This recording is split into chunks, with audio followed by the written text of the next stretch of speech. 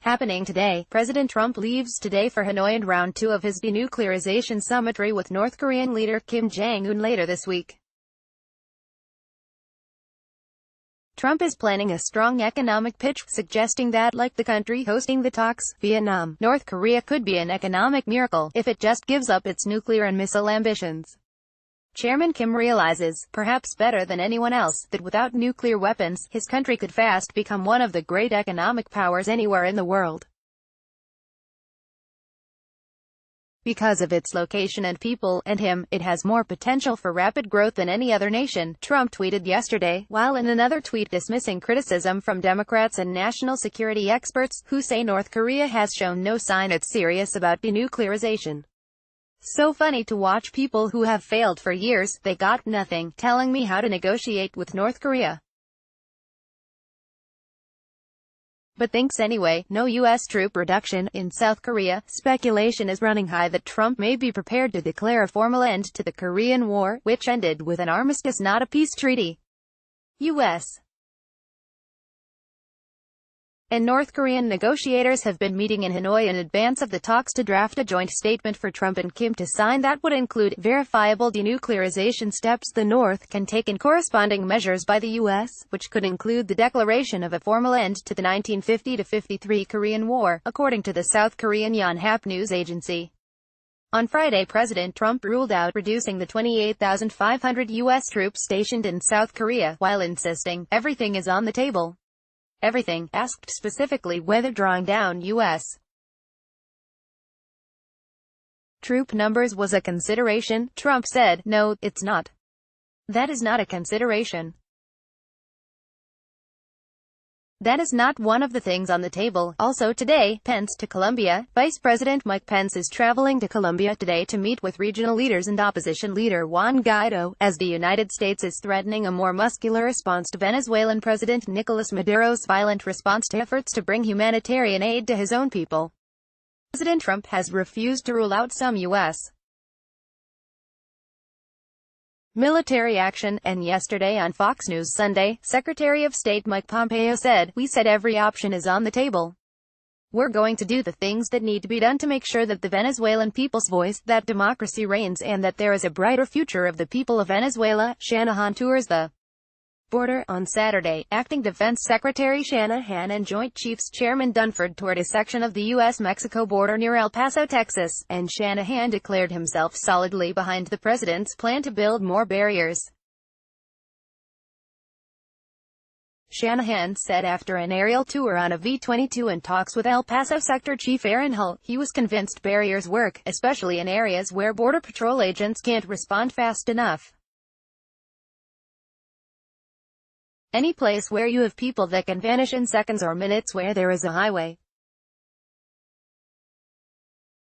people can escape to or move into an urban area, that's where we need a direct barrier, Shanahan said. Hull impressed upon him.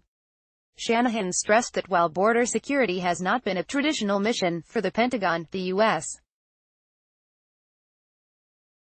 military has a long history of supporting civilian law enforcement along the border. And he said the Pentagon stands ready to help, but at some point wants to bring troops back from the border. Wholesale redesign needed. There's a wholesale redesign that has to occur, said Shanahan. I hope that we can bring a kind of broader approach to solving some of these problems.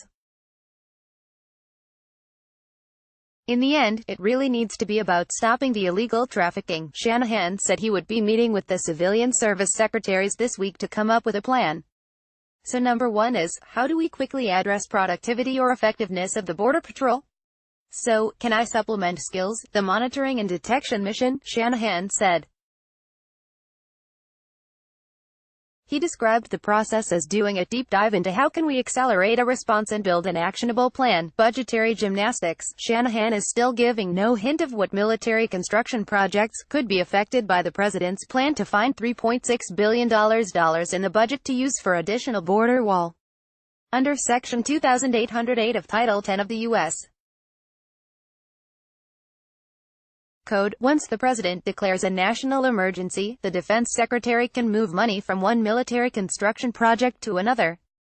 At this time, no decisions have been made regarding specific projects funded by Title 10 U.S.C. Section 2808 MILCON funding, said Chris Sherwood, a Pentagon spokesman, in an email Friday. But at a background briefing, two Pentagon officials laid out how the lawyers have figured out how to get around a key provision of the statute, that the construction funds must be spent on a project that is in direct support of the armed forces. The officials said once it's determined where the barriers are needed, the Department of Homeland Security will obtain the land and turn it over to the Pentagon. The Army will accept jurisdiction of that land from DHS and establish the location as a military installation, one official said. So, once DoD has jurisdiction of that land, even if the land is simply land, it can be defined as a military installation. You can't spend money twice. Also on Friday we learned that another pot of money that Trump wants to tap, $2.5 billion in Pentagon counter-narcotics funds, has already mostly been allocated. Action the president has already taken proved to be unsuccessful, said House Speaker Nancy Pelosi. By taking more than $2 billion out of a particular defense line spending, they found out that that money had already been spent. So they're clearly not only doing the wrong thing, they don't know what they're doing. Tomorrow the House is scheduled to vote on a bill blocking President Trump's emergency declaration, which is sure to pass the House but just as certain to fail in the end, even if it makes it through the Senate. We might lose a few Republicans in the Senate. All you need is 51 to get it out of the Senate, said Graham on Fox. So it will pass the House with a handful of Republican votes. It'll come to the Senate.